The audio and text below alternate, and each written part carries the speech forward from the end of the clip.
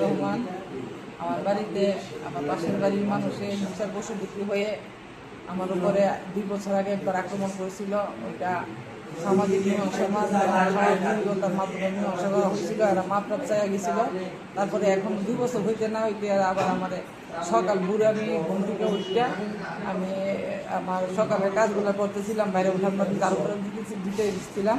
তখন তারা আমার উপরে হামলা করে এবং ওখান থেকে দৌড়াইয়া গিয়া তার প্রথম আসামি হয়েছে ফুরকান, ইকরাম হোসেন ফুরকান, দ্বিতীয়টা হয়েছে ইমরান হোসেন ইমরান, আর তৃতীয় হয়েছে জয়নাল আবেদিন জয়নাল। এরা 3 জন আমার মানে ধারালো অস্ত্র দ্বারা আমার পিছন থেকে প্রথম তো মানে মারছে, যার মানে বাঁশ স্ট্যাম্প বিভিন্ন ধরনের রড দিয়ে মারছে, আমার সারা শরীরেও মারছে।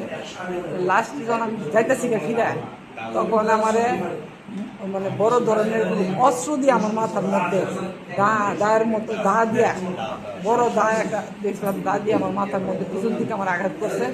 আমি গুরুতর অসুস্থ হয়ে আমার বাইরে আমি ফোন দেই। তখন আমার ভাই ট্রিপল লাইনে ফোন করে পুলিশ আনাই আলামত, পুলিশ এসে ঘরে এসে সব কিছু দেখে গেছে।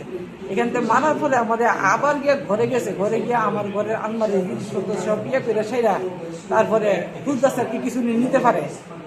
তো আল্লাহর রহমতে